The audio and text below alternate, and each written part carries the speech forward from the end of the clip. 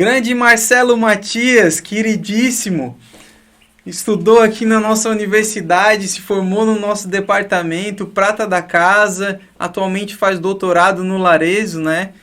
Pesquisa sobre resíduos sólidos e também trabalha na Companhia de Águas e Saneamento do Estado de Santa Catarina. O Marcelo que, né, além de muito querido, filho de professor da universidade, hiper engajado, né, no nosso curso, transparece que gosta muito da engenharia sanitária e ambiental. E é uma grande honra conversar contigo, né, nesse projeto que a gente conversa com as pessoas do nosso departamento, não só os professores, mas todos os envolvidos, os alunos. A gente quer mostrar, né, o muito que a gente faz e também não só para os nossos alunos, mas também para a comunidade, né? Então é uma grande honra conversar contigo, né, sobre os teus pontos de vista, sobre o que você se interessa mais, sobre resíduos sólidos. É um grande prazer. Perfeito, professor Léo. Eu que agradeço o convite. É sempre uma oportunidade muito boa, muito positiva, a gente discutir, apresentar o que está sendo feito, né, dentro do curso, o que os profissionais hoje estão fazendo. E essa tua iniciativa de mostrar aí para a garotada as possibilidades, né, que eles têm pela frente, isso só faz, de fato, crescer a qualidade do nosso curso. Então, meus parabéns, professor Léo, pela iniciativa e obrigado de novo pelo convite. Estou bem motivado para explicar um pouquinho algumas coisas que hoje eu estou me interessando mais, né? E, eventualmente, claro, algumas situações que eu já tive como experiência para ajudar aí a decisão ao longo da caminhada dentro do curso, né, dentro da sua formação. Que show de bola! Então quer dizer que tu preparou um materialzinho pra gente. Isso. A ideia então é discutir, apresentar os principais fundamentos ali do gerenciamento e da gestão de resíduos sólidos, né? Discutir alguns assuntos, algumas problemáticas e principalmente qual é o nosso papel como engenheiro sanitarista dentro desse setor e o que a gente precisa ainda avançar muito, né? E obviamente como um espaço de mercado aí que a nossa profissão tem. Bom, gente, então, começando a apresentação, ficar aí uns minutinhos com vocês, mostrando o que a gente pode, o que ainda a gente deve fazer como engenheiro sanitarista ambiental na gestão, no gerenciamento de resíduos sólidos urbanos, né? Normalmente, a gente, quando entra no curso, a gente fala muito mais, a gente não fala muitas vezes esse termo resíduos, né? A gente fala muito mais a palavra lixo. Então, essa é um primeiro conceito que a gente tem que começar a ver por outros olhos, né? Então, como é que a situação hoje ela se encontra e alguns conceitos importantes para vocês entenderem, né, o que eventualmente vão se aprofundar ao longo do curso. Então, a gestão de resíduos sólidos, normalmente a gente faz uma analogia, a gente faz uma aproximação que quanto maior é a densidade populacional, mais problemas a gente vai ter sobre esse tema. E, obviamente, quando se fala em cidades, em crescimento econômico, enfim, uma série de outros temas, a gente vai se colocando algumas questões, né? Não como engenheiro, como profissional, mas também como cidadão. Ou seja, né, uma primeira questão que pode ser que alguns de vocês já devem ter se deparado, né? Será que o crescimento econômico ele tem uma relação direta com a geração de resíduos e essa geração ela pode ser decrescente com o crescimento econômico? Será que a nossa sociedade ela está indo pelo caminho certo? Será que ainda tem muita coisa pela frente? Bom, a gente vai ver a gente vai tentar passar para vocês essa visão, mas o certo é que a gente precisa entender como estabelecer uma sociedade equilibrada quando a gente ainda encontra casos como esse. Evidentemente que é um caso extremo, né, que cada vez mais tem se tentado diminuir a ocorrência de situações como essa, né, descarga aí de resíduos a céu aberto, em rios, enfim. Mas a gente pode encontrar ainda um panorama como esse para gerenciar, e aí cabe, claro, a atuação do engenheiro sanitarista para imaginar, ou melhor, estudar alternativas para a gerência, para a gestão desses materiais, certo? E aí, para a gente trazer um panorama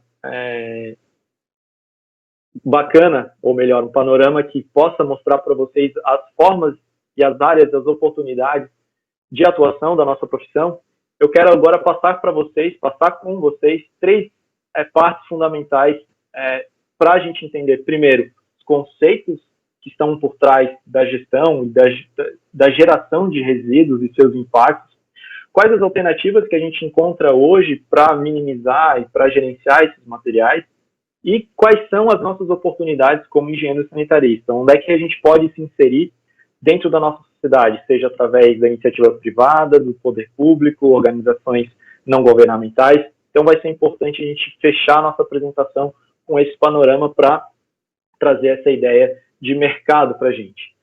Bom, como a gente já falou, eu sou o Marcelo Celeme Matias, sou formado pela Universidade Federal de Santa Catarina. Como o professor Léo comentou, hoje eu sou aluno de doutorado pelo LARES, Laboratório de Resíduos Sólidos da Universidade. Fiz uma especialização, mestrado em tratamento de água, logo quando me formei, né, uma oportunidade aí no exterior. Atuo hoje na área de planejamento e relacionamento com municípios pela Casan. Já atuei como analista de regulação e fiscalização na ARES, Agência Reguladora Intermunicipal de Saneamento. Atuei também como engenheiro de saúde pública na Fundação Nacional de Saúde, que é uma fundação voltada aí para transferências de recursos da União para os municípios aplicarem em saneamento. Fui professor na Universidade Federal, na UDESC. E, bom, essas são algumas atribuições que, eventualmente, vocês também podem passar e podem ter essa experiência como profissional, né? Então, a primeira etapa da nossa apresentação de hoje. De fato, vocês vão se aprofundar muito mais ao longo do curso. É mais importante agora a gente fazer um apanhado geral para, de fato, mostrar para vocês o que é o tema e aonde a gente se insere, né? Quando a gente fala de gestão de resíduos sólidos, principalmente urbanos, a gente está, obviamente, tratando do ambiente urbano. E quando a gente tenta gerenciar esse problema, ou esse desafio, normalmente se faz uma divisão desse conceito, através de resíduos de limpeza urbana e resíduos domiciliares. Basicamente, a limpeza urbana é aquilo que a gente encontra nas ruas, né? Varrição, capina, poda, que são atividades públicas que precisam ser feitas. Existem pessoas, existem organizações que atuam nesse segmento. Existe também, de um outro lado, o gerenciamento dos resíduos domiciliares. Lembrem, esses dois conceitos somados formam os resíduos sólidos urbanos. Os resíduos domiciliares é exatamente aquilo que a gente gera dentro da nossa residência. Plástico, papel, resíduos orgânicos, que também existe uma série de estratégias e cadeia de tratamento e valorização específicas para esses tipos de materiais.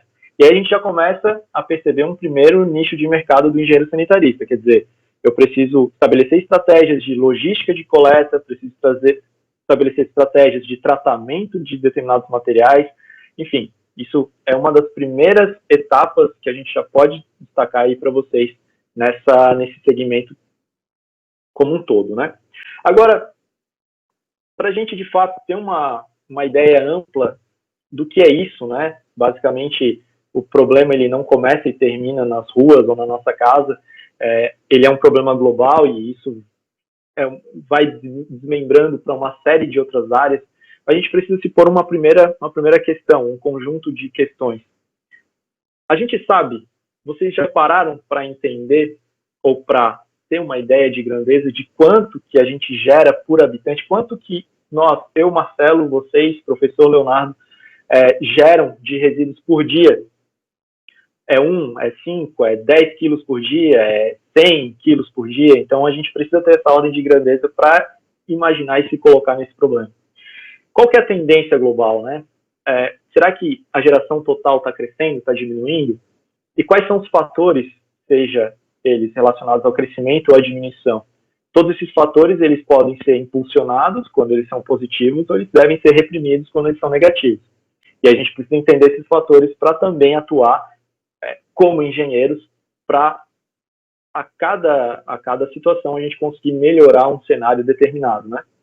Bom, eu trago aqui para vocês uma tela interessante que mostra como é que o globo, como é que os países eles se apresentam enquanto geração de resíduos por habitante, né? Quilogramas por habitante por dia. A gente percebe que as regiões mais azuladas e esverdeadas são gerações baixas, de 0 a 0,5 quilos por habitante dia. As amareladas, onde o Brasil se insere, a gente tem ali de 1 a 1,5 quilos por habitante dia. As regiões mais amareladas, um pouco mais escuras, né, a gente tem elevadas taxas de geração, acima de 1,5 quilos por habitante dia. Basicamente, esse panorama, ele tem diversas causas, né, mas uma das principais é o poder econômico de cada um desses países, o PIB, né, o crescimento econômico de cada um deles. Se a gente for parar para pensar o que pode desencadear a geração de resíduos, é a sucessiva cadeia de transformação dos resíduos. Quanto mais etapas de transformação, mais etapas de geração de resíduos eu tenho. É só a gente pensar numa sociedade primitiva, onde a gente tinha ali consumos quase que grãos, né, frutas, que basicamente não se geram muitos resíduos, e quando eles são gerados, retornam facilmente à natureza.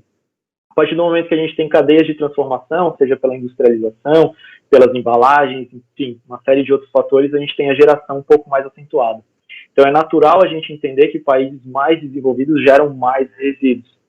E aí, mostrando para vocês um gráfico aqui rapidinho, é justamente a relação do poder econômico dos países com a geração de resíduos. Então a gente tem no eixo X o PIB, né, dos diferentes países avaliados, e a geração per capita no eixo Y, ele tem uma certa correlação. Agora, o grande problema disso tudo é que a gente, obviamente, não precisa ou não pode somente analisar a geração per capita. A gente tem que analisar a relação dessa geração com a população total. Então, se eu tenho baixas populações ou baixíssimas populações, mas que geram bastante, pode ser que aquela população não gere a quantidade total maior, por exemplo, não gere mais do que populações muito grandes que eventualmente tenham baixas gerações. E aí, essa outra tela vai mostrar para a gente basicamente algumas projeções que fazem tanto a análise do crescimento populacional quanto, de fato, a expectativa de crescimento econômico de diferentes regiões no globo. E a gente percebe aí que, em ordem decrescente, né, a gente tem o leste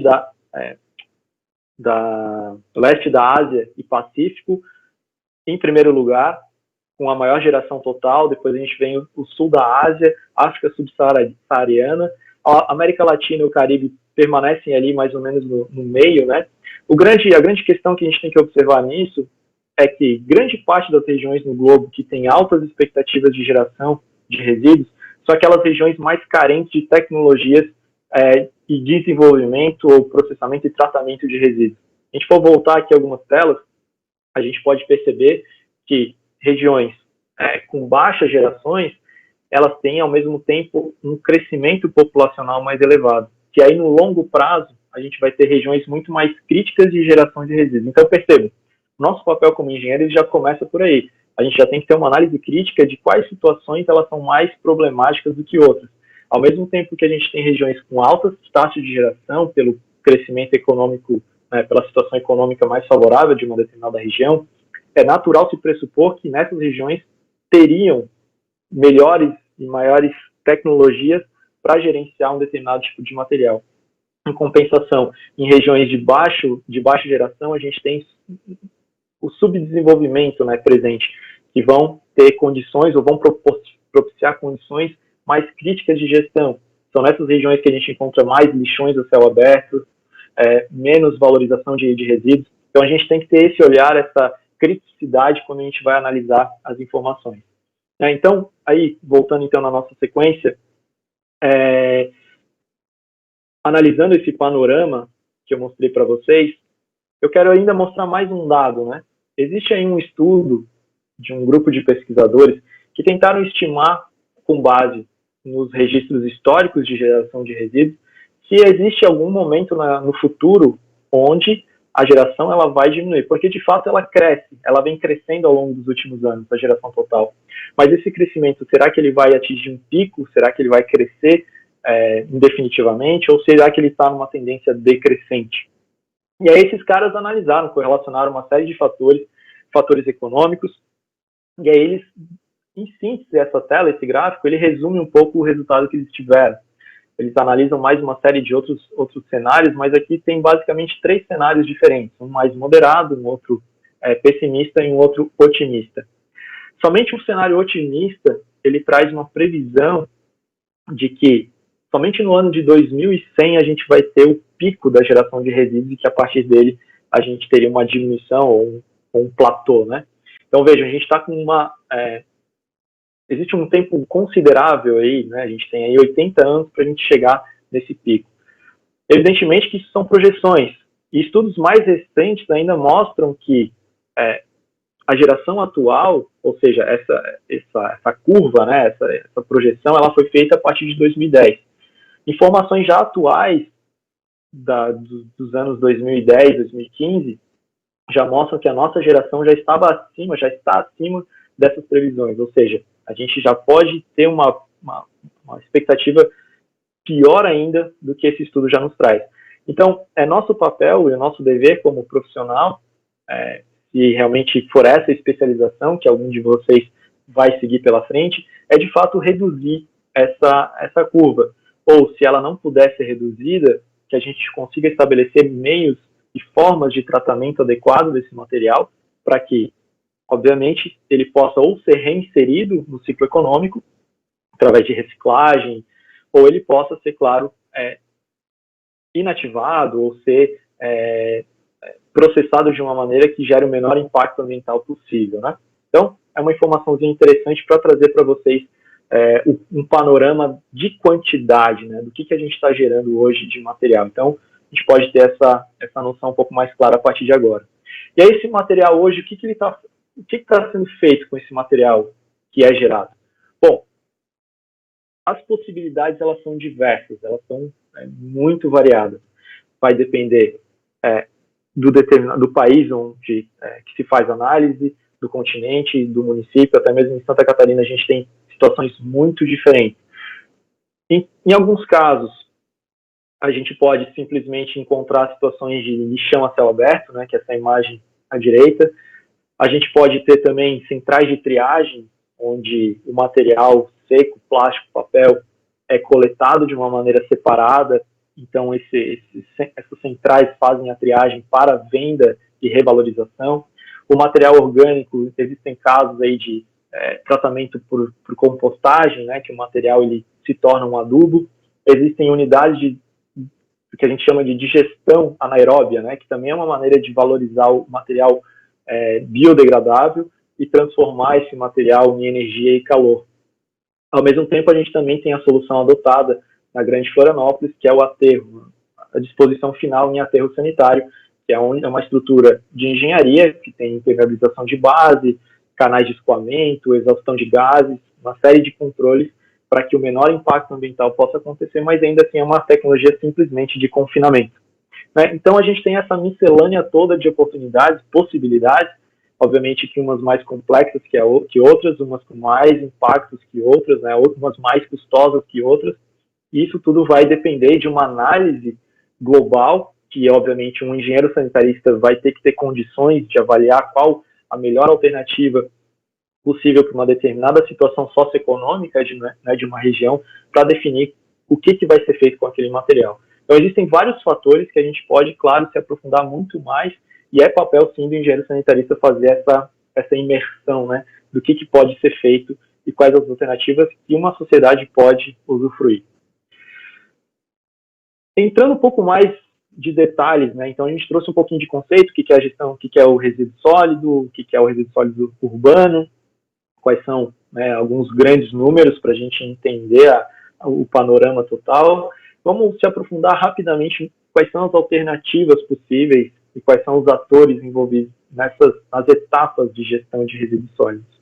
Então, o gerenciamento, ele começa numa etapa chamada acondicionamento, coleta, transporte, transbordo, disposição final, destinação final, tratamento. Vamos entender um pouquinho melhor o que cada um dessas etapas elas querem dizer. O acondicionamento, ele começa na nossa casa. Basicamente, em termos legais, é a única responsabilidade que a gente teria como cidadão e de quem usufrui de um serviço público deveria observar as normas de acondicionamento. Se eu tenho que respeitar ali material reciclável ser encaminhado, ser disponibilizado para coleta num determinado dia e horário, acondicionar num determinado tipo de recipiente, numa determinada cor, isso vai ser tudo uma definição, um regramento do poder, né, da prefeitura, do poder público, que obviamente vai ter que ter um apoio aí, alguém por trás com conhecimento em engenharia sanitarista para definir as regras que aquele município vai adotar na sua gestão de resíduos sólidos. Uma vez essa etapa concluída, aí sim a gente tem as etapas desenvolvidas pelo poder público diretamente, seja diretamente pela prefeitura ou por alguma outra empresa contratada. Então a gente tem a etapa de coleta, a gente já viu, vocês já devem obviamente ter visto, caminhões compactadores. A depender do tipo de material, eu não posso compactar, porque eu preciso ter um valor econômico daquele determinado material, geralmente para coleta seletiva, né? Tem que ter uma compactação um pouco menor. Ao mesmo tempo, em termos logístico, eu preciso ter uma unidade de transporte, de transbordo, ou seja, às vezes se tem se tem como alternativa instituir um ponto onde todos aqueles roteiros de coleta encaminham o material para uma central e dessa central, com um caminhão maior, encaminha para a destinação final, seja para um aterro sanitário ou para uma unidade de tratamento. E aí a gente tem, então, esse tripé, né? A destinação final. Teoricamente, a nossa legislação ela estabelece que só se encaminha para a disposição final o que é caracterizado como rejeito, e rejeito é diferente de resíduo. Rejeito é aquilo que não tem valor econômico ou não tem tecnologia suficiente para se fazer o tratamento de um determinado tipo de material. E aí os outros resíduos, claro, vão para tratamento, seja para triagem, para compostagem. Então, obviamente que a disposição final em aterro sanitário é a última alternativa em termos legais que a gente tem que adotar. Então, a gente tem que estabelecer estratégias de acondicionamento, de coleta, transporte, transbordo, tratamento. Se todas essas etapas forem cumpridas, e aí o tratamento ainda demandar ou gerar uma determinada quantidade de rejeito, aí a gente vai ter que sempre, ou melhor, vai ter que se apoiar na disposição final, que hoje, para a gente aqui em Santa Catarina, a grande tecnologia que se utiliza, ainda que defasada, é o aterro sanitário.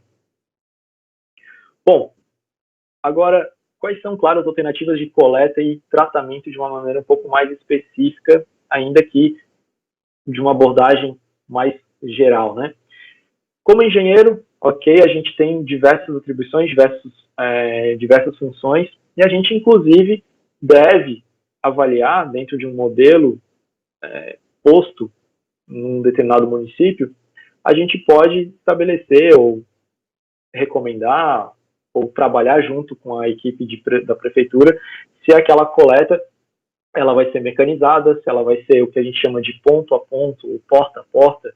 Porta a porta é aquela coleta que passa de casa em casa, o ponto a ponto já não, ele vai em um determinado ponto onde os habitantes vão lá, encaminham, depositam seus resíduos numa unidade, né, num ponto de entrega voluntária, por exemplo. Ou, obviamente, se essa coleta ela é manual ou mecanizada, né? Então, a gente pode também, obviamente que a coleta manual ela gera um certo estresse, e aí isso também tem que ser levado em consideração, né, na hora de tomar uma decisão. E aí, para o tratamento, a gente tem a reciclagem, a compostagem, a recuperação energética, né, a transformação calorífica dos resíduos, muitas vezes os resíduos secos, né, e a disposição final. Então, essas são as alternativas que a gente pode encontrar. Obviamente que não havendo interesse público ou descontrole ou falta de profissionais capacitados, a gente pode encontrar situações como essa, por exemplo, de disposição irregular a céu aberto, que é, obviamente, um crime ambiental, e a nossa legislação hoje proíbe, né, esse tipo de prática. Mas a gente, obviamente, pode encontrar, tanto no Brasil quanto em outros países, situações como essa, situações muito precárias, né?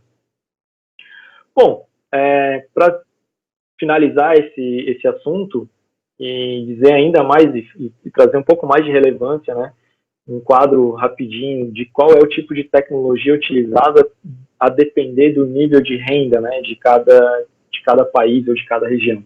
Então, esse gráfico da direita vai mostrar para a gente informações aqui partem de países com renda baixa, média alta, né, e alta renda.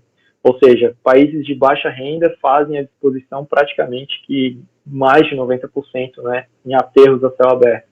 Já no outro lado da moeda, a gente encontra países desenvolvidos ou com renda elevada, que depositam, sim, em aterro sanitário, mas grande parte é encaminhado para reciclagem, para incineração, alguns métodos avançados, né? Então, vejam, esses caras aqui é quem mais vão gerar resíduos no longo prazo. Então, são esses caras que a gente tem que estar sempre de olho. Isso daqui não precisa ser só uma avaliação entre países. A gente sabe que dentro do nosso território, dentro do nosso estado, a gente pode encontrar situações como essa também. Então, vale a pena a gente ter essa visão como engenheiro para a gente conseguir definir algumas estratégias de longo prazo. E o Brasil, ele tem uma particularidade, como grande parte dos países em desenvolvimento, que é o grande trabalho aí que os catadores fazem no nosso dia a dia, que também devem ser inseridos. Então, a nossa profissão, ela é, obviamente, multidisciplinar, né? A gente tem que estar envolvido com diversos fatores, e a gestão de resíduos ela é ainda mais impactante, ela é ainda mais global, porque a gente tem que analisar aspectos ambientais, aspectos econômicos, aspectos sociais, energéticos, enfim, é uma série de fatores que a gente tem que ter na nossa cabeça quando se vai fazer uma análise, determinar, ou sugerir, ou estudar, ou realizar um projeto que vá definir as regras, né, as estratégias de coleta, de tratamento. Então, esses caras hoje eles têm um papel muito importante na coleta de material reciclável, principalmente plástico, alumínio, e a gente pode encontrar, claro, outras situações muito diversificadas ao longo, entre outros países, né? Então, ainda tração animal sendo usada, áreas de disposição desse material totalmente irregular, né? Não são casos no Brasil, mas obviamente refletem o que a gente encontra hoje ao longo, né, de todo o globo. Então, para a gente finalizar essa missão da nossa apresentação hoje, é mostrar para vocês um pouco mais como é que a gente pode estar inserido, como é que a gente se insere como engenheiro, engenheiros, engenheiras, né, dentro desse panorama. E aí eu faço alguns destaques aqui para vocês. Evidentemente que, acima de tudo, né, nós somos cidadãos, então a gente tem que, obviamente, cumprir o regramento legal em termos de acondicionamento, mas principalmente estar atuante, né? Perceber o que deve ser feito, o que precisa ser melhorado e agir conforme os canais, né, acionar os canais disponíveis hoje em termos de controle público, para que as coisas aconteçam da maneira como devem ser feitas. Então, na sequência, obviamente que os governos, eles atuam, têm um papel fundamental, são eles os responsáveis pelos serviços públicos de saneamento, ou seja, é a prefeitura que vai ter que definir como é que vai ser sua estratégia de coleta, em que frequência, quais vão ser as alternativas de tratamento, e por trás dessas equipes existem, obviamente, engenheiros, servidores públicos que atuam dentro desse segmento, e aí a gente entra, claro, com o nosso papel, com a nossa profissão. Então, está aí um grande braço da nossa estrutura, da nossa formação. Evidentemente, quando se fala em governo, não se fala somente de servidores públicos que ingressam via concurso público. A gente também fala de representantes do povo, né? Sejam eles vereadores, prefeitos. A gente tem colegas engenheiros sanitaristas ocupando cargos de liderança, né? Prefeituras, prefeita de São José é um caso, por exemplo. Então, obviamente que a gente tem algumas críticas a respeito da situação política porque vive o nosso país atualmente, mas de fato, se a gente quer mudar, por que não estar dentro desse contexto, né, para tentar, obviamente, fazer valer a nossa voz, a voz técnica, né, que deve ser o que vai ditar a regra do jogo na definição de políticas públicas. Dentro da indústria e o comércio, legalmente, esses caras eles teriam a obrigação de recuperar alguns materiais que eles colocam à venda, basicamente as embalagens, enfim, pneus, que a gente chama de logística reversa.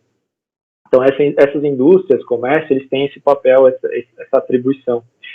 E dentro dessas indústrias, a gente vai ter, obviamente, um cara responsável por gerenciar os resíduos gerados ali dentro, minimizar custo de produção através, né, desses materiais, porque uma vez gerado o resíduo, eu vou ter que levar ou para um aterro ou para alguma outra unidade de tratamento, e isso vai gerar um custo para essa indústria. Então, o engenheiro sanitarista ele pode atuar ali dentro, obviamente, melhorando processos, diminuindo a geração de resíduos, enfim, tem uma gama muito grande dentro desse segmento. A ciência e a tecnologia, bom, isso nem se fala, melhorar processos, tecnologias de tratamento, trazer para o cenário brasileiro algumas tecnologias criadas lá fora, mas adaptá-las ao nosso contexto e, obviamente, criar novas tecnologias a partir da nossa realidade. Então, aí vem os pesquisadores, mestrandos, doutorandos, isso, obviamente, são possibilidades muito importantes para a gente como engenheiro, né? Os prestadores de serviço, basicamente, quem é de Florianópolis remete aí a Concap, por exemplo, né, que faz a coleta do material em caminho para o aterro sanitário. Esses caras têm um dever, obviamente, de prestar esse serviço, e por trás da operação de coleta, de transporte, de transbordo, vão sempre existir engenheiros sanitaristas atuando nessas definições. Então, mais uma grande atuação que a gente tem ao nosso favor, né, no nosso portfólio. E o terceiro setor, organizações não governamentais, bom, aí vem, claro, uma série de entidades que auxiliam, né, tanto na fiscalização, quanto também na execução de alguns serviços, né, que podem também contar com o apoio aí do engenheiro sanitarista e ambiental, certo? E aí eu queria só fazer um destaque, vou deixar para vocês um material bem bacana que mostra basicamente que, obviamente, nós, como engenheiros sanitaristas, a gente não está sozinho nesse jogo, né? Existem muitas outras profissões que também estão de olho nessa problemática. E esse vídeo aqui, depois vocês acessam, ele vai trazer de fato como é que a engenharia de materiais ela está lidando com esse tema. É bem bacana, um videozinho aí de 10 minutos, é rapidinho, que mostra para vocês alguns outros conceitos, né, algumas outras visões que a gente tem que estar sempre atento também para, de repente, atuar junto com esses caras. Não pensem que a gente vai se formar como engenheiro sanitarista, vai viver disso e vai se aposentar, sim, porque a gente vai estar sempre tangenciando outras áreas e, eventualmente, a gente vai se especializar numa área que não foi diretamente apresentada para a gente durante a graduação. Então, a gente tem que estar sempre procurando o que está se falando, né, quais são as últimas notícias de mercado, da ciência. A gente tem que estar se atualizando para ver o que o nosso vizinho, o que o cara ali, o que o outro departamento está fazendo. E, obviamente, a gente tem que buscar a integração dessas áreas, que, obviamente, isso só leva ao crescimento, né? Então, vou deixar para vocês depois darem uma olhadinha nesse vídeo, que é bem bacana. E aí, bom, nada mais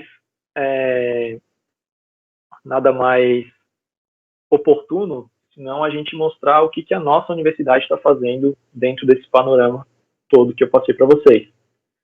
O que o LARES, o Laboratório de Resíduos Sólidos, se eventualmente vocês tiverem um interesse, o que ele está fazendo além de tantas outras pesquisas que já foram feitas, né? Eu vou passar aqui para vocês rapidamente a minha tese de doutorado que eu estou estudando e o que eu devo apresentar aí nos próximos meses como um produto que pode ser utilizado, deve ser utilizado mais tarde por profissionais da área, gestores públicos, né? A gente viu até agora que existe uma série de fatores a serem administrados na hora de tomar uma decisão. Bom, vou definir uma determinada estratégia de coleta, vou encaminhar para uma determinada unidade de tratamento, mas isso vai gerar impactos tanto positivos quanto negativos. Então, a gente tem que mensurar esses impactos, não só visualizar custo, mas também visualizar impacto ambiental, não só visualizar, por exemplo, consumo energético, mas também visualizar a quantidade de empregos, né, gerado em uma determinada atividade. Então, a gente tem que estar ciente de uma série de fatores para uma tomada de decisão mais correta e integrada, vamos dizer assim. Então, o contexto brasileiro, né, só para vocês terem uma ideia, ele ainda conta com algumas ações um pouco difusas e um pouco aleatórias, ou seja, é um município definindo da sua maneira, é um outro município definindo na sua, obviamente que eles têm atribuição para isso, mas eles acabam em alguns momentos não se conversando, e uma vez que isso acontece, a gente pode ter uma perda econômica, uma perda ambiental muito grande, porque as estratégias elas têm que estar integradas. É o caso, por exemplo, da Grande Florianópolis. Hoje, todos os municípios encaminham para o aterro de Biguaçu. Se esses municípios não estiverem integrados, a gente vai ter um caos, um colapso nesse sistema. Então, a gente precisa entender qual seria o modelo, né, ou de que maneira a gente pode estabelecer alguns critérios ou algumas estratégias que podem beneficiar a gestão de resíduos. E hoje o contexto brasileiro ele está um pouco confuso nesse sentido. A gente ainda não consegue definir com propriedade quais as alternativas um determinado grupo de municípios vai ter que adotar, quais outros grupos vão ter que adotar. Então, a nossa problemática de pesquisa começa a partir disso. E a gente desenvolveu um modelo. Esse modelo, ele representado aqui nessas duas imagens, basicamente ele vai tentar parametrizar todos os dados, todos os parâmetros, né, sendo redundante aí, dos sistemas de coleta e das unidades de tratamento que a gente tem hoje à disposição em um determinado município, e a gente vai tentar mudar, né, modelar para um outro cenário. Bom, hoje a gente está fazendo dessa maneira. E se a gente fizer dessa outra maneira? Se a gente mudar uma estratégia de coleta, se a gente fizer, no lugar de disposição final em aterro sanitário, mandar tudo para incineração, né, para recuperação energética, ou se a fração orgânica a gente pode eventualmente encaminhar para um outro tipo de tratamento. Obviamente que a gente vai ter prós e contras de cada um desses cenários. E aí a nossa pesquisa está desenvolvendo esse modelo que vai nos proporcionar um balanço de massa, o quanto que um determinado município gerou de resíduos, o quanto que foi coletado, o quanto que foi tratado, e desse tratamento, o quanto que foi recuperado, né, matéria reciclada, enfim. Obviamente que esse balanço mássico, ele vai ter também um resultado econômico, um resultado financeiro. Quais são as despesas, né, desse serviço? Quanto que eu precisei investir para implantar um aterro sanitário, por exemplo?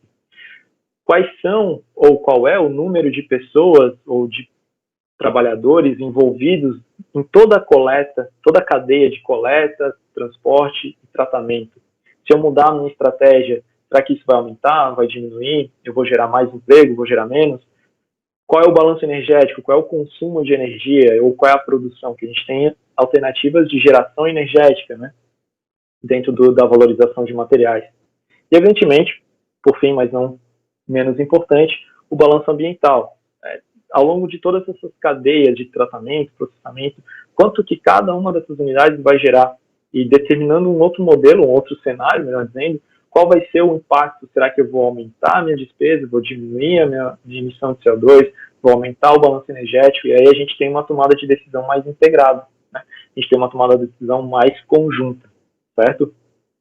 Então, gente, tentei dar um apanhado geral. Obviamente que o assunto ele é muito amplo.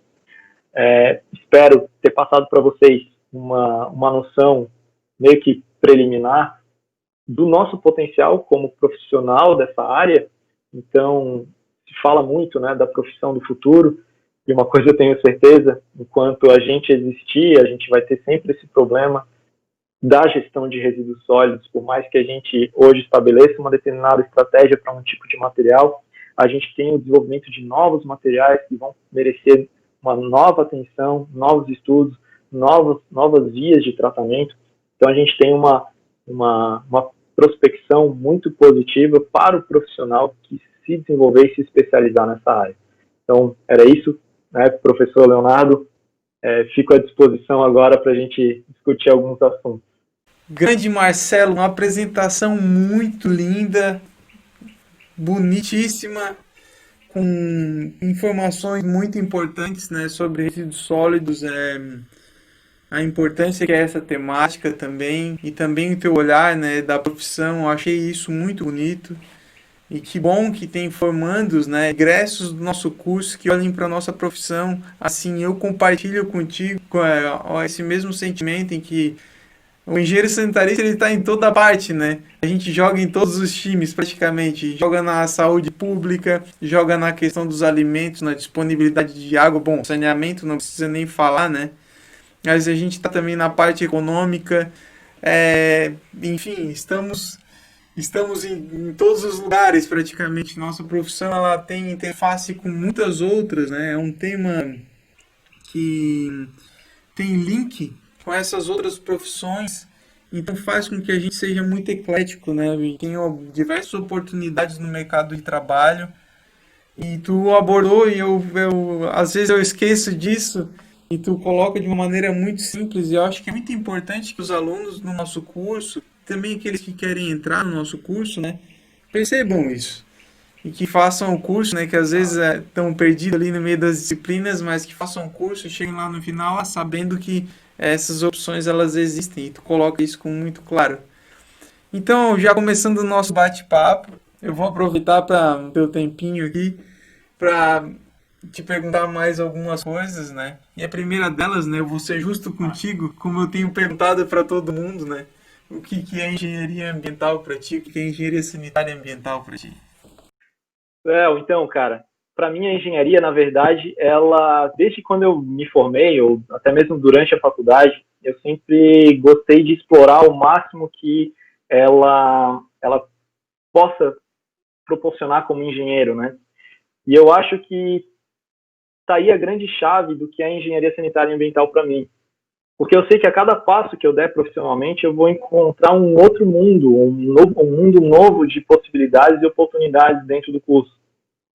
Eu vejo que, e cada vez mais eu me convenço, cara, que a nossa profissão, ela, ainda que em alguns momentos ela possa ser vista ou possa não ser tão reconhecida por empresas, enfim, mas esse não é o caso, ela tem um valor e um potencial tão grande que, evidentemente e obviamente, a gente vai ter que ter em cada cantinho, em cada esquina ou em cada empresa, alguém com um pensamento de um engenheiro sanitarista. Não digo que vá precisar ser um profissional da área, né?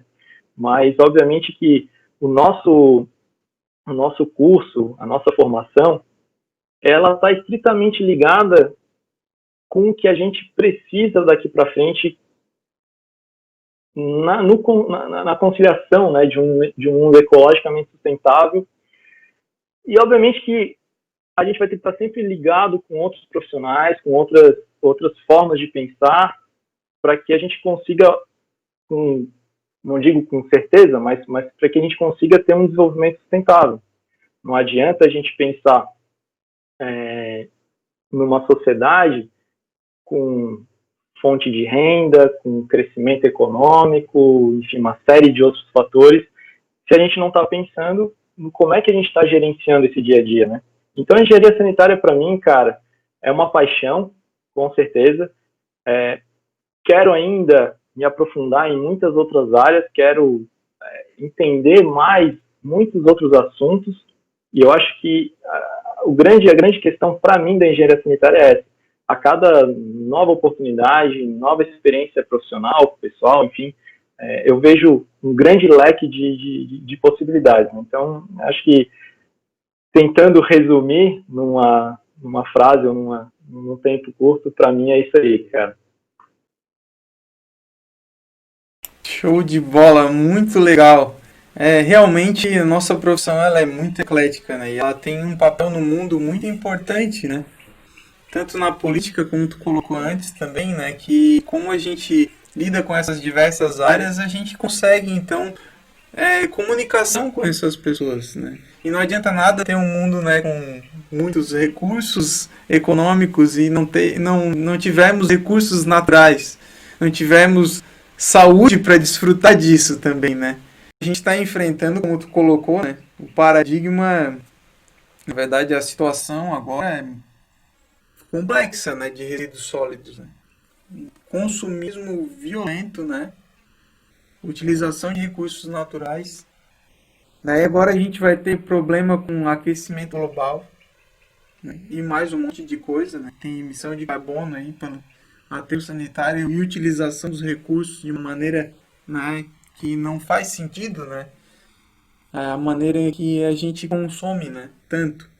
Então, sabendo disso, né, que estás pesquisando sobre os resíduos, assim, quais são os desafios que vocês da área dos resíduos terão, né, nesse novo milênio?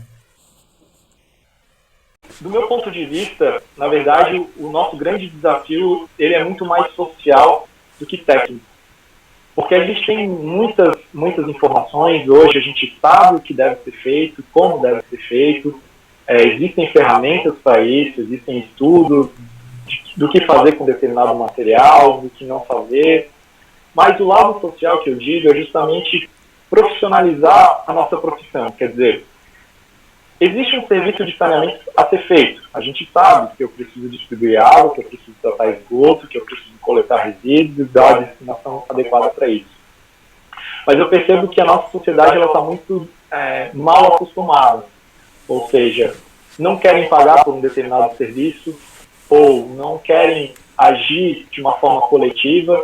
Ou seja, existem pessoas que, se o Estado não passar à frente da porta dela, ela não vai se dar o trabalho de disponibilizar um determinado material de uma determinada forma, um determinado bairro, né?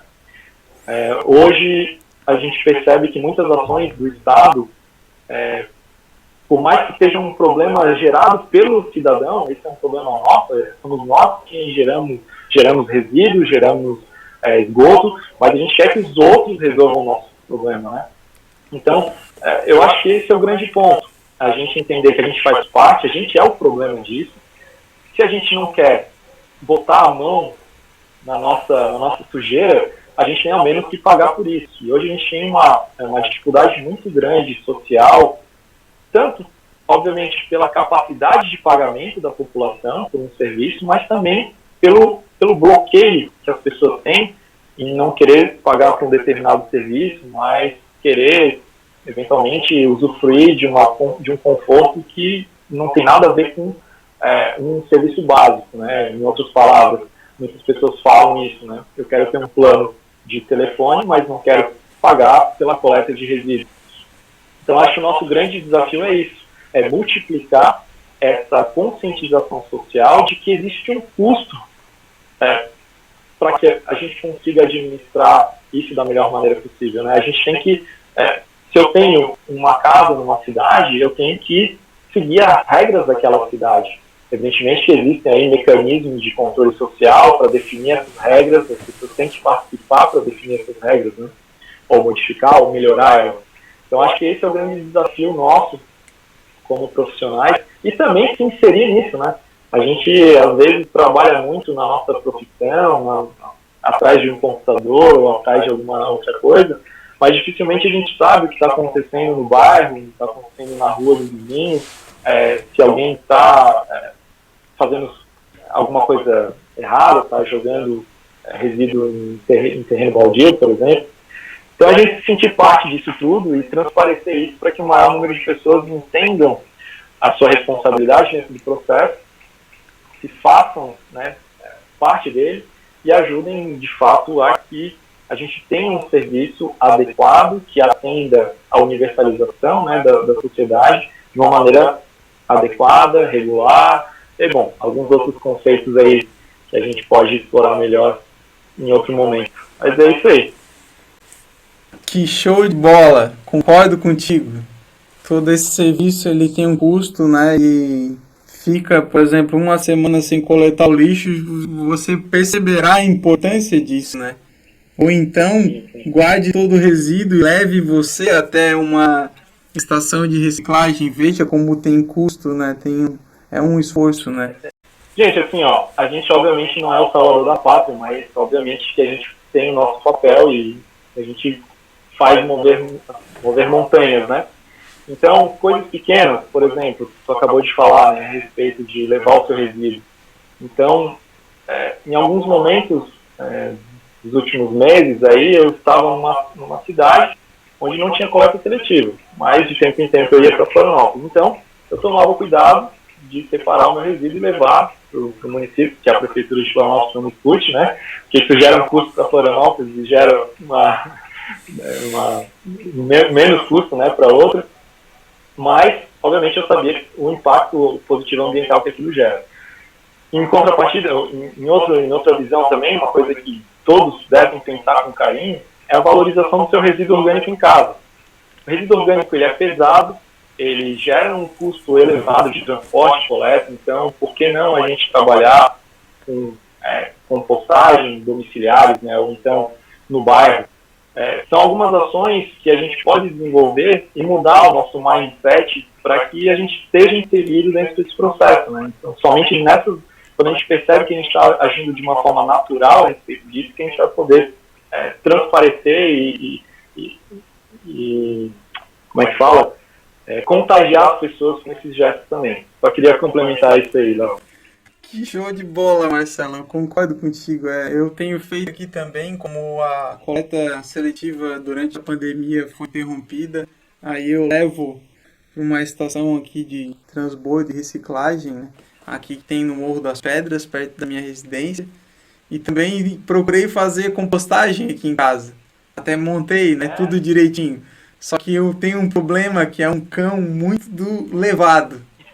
Eu tenho um labrador, ele comeu 3 vezes a minha compostagem. Literalmente ele detonou. É um biodigestor, cara, perfeito. E agora eu parei um pouco e eu fiquei com medo de ele, enfim, né, ter alguma reação àquilo, né? Então, mas eu tava curtindo bastante. Eu acho muito legal. A gente precisa realmente participar, né, nessa parte. Mas, enfim. Marcelo, uma grande honra, foi sensacional a nossa conversa. Muito obrigado pelo teu tempo. Eu tenho certeza que isso vai fazer muita diferença para a garotada que vem com toda a energia agora. Então, muito obrigado, tá? Obrigado a você, Léo. E espero aí que eu possa encontrar essa garotada aí daqui a uns anos, né, como colega de profissão, e a gente vai estar aí sempre à disposição para debater, discutir e crescer junto.